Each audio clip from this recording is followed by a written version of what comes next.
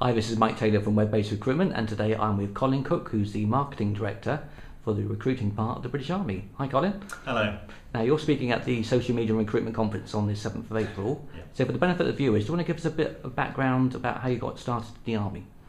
Well, I had a sort of varied career in marketing and indeed in government, and bringing those two things together for the Army was a very helpful place to be. It's a combination of experience that they were looking for.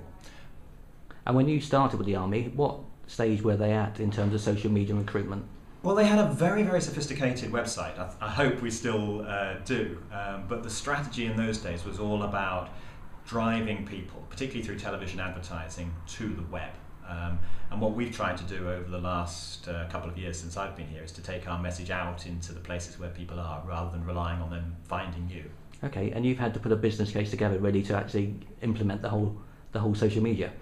Yeah, you have to build a business case for this, and I think it's a question of getting people to realise that websites, social media, the whole of the digital space is actually, effectively it's a recruiting office, it's not a piece of marketing or advertising anymore. And we've managed to change that mindset, and I think because of that, people have been a lot more prepared to let us invest in the digital space. Okay, and how have you found the results so far?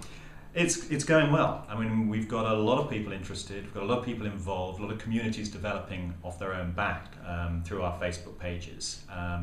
A lot of interest in people who are joining us, who want to know what life is going to be like, what the training experience is going to be like, even what the selection process is going to be like. We've got more to find out. We've got more to learn. We're constantly learning and we're constantly changing things, but we're very pleased with how it's going at the moment. So probably a few surprises along the way. Hope so. Yeah. but not too. I hope the conference will have a few surprises, but I hope we're not going to have too many surprises that we can't cope with. Yeah. Okay. So looking forward, then. I mean, you're still. In terms of social media, looking to develop further? Or? Oh yeah. I mean, I think once you start down the path of social media and you open yourselves up as an organisation to having a sort of dialogue with people who aren't part of your organisation, you've got to keep investing in it. You've got to keep improving it. People want to find things out that are interesting. They want to find more. I think we've generated a lot of interest, and we want to keep satisfying that interest. And the people that actually manage the social media for you, are they Army-based personnel?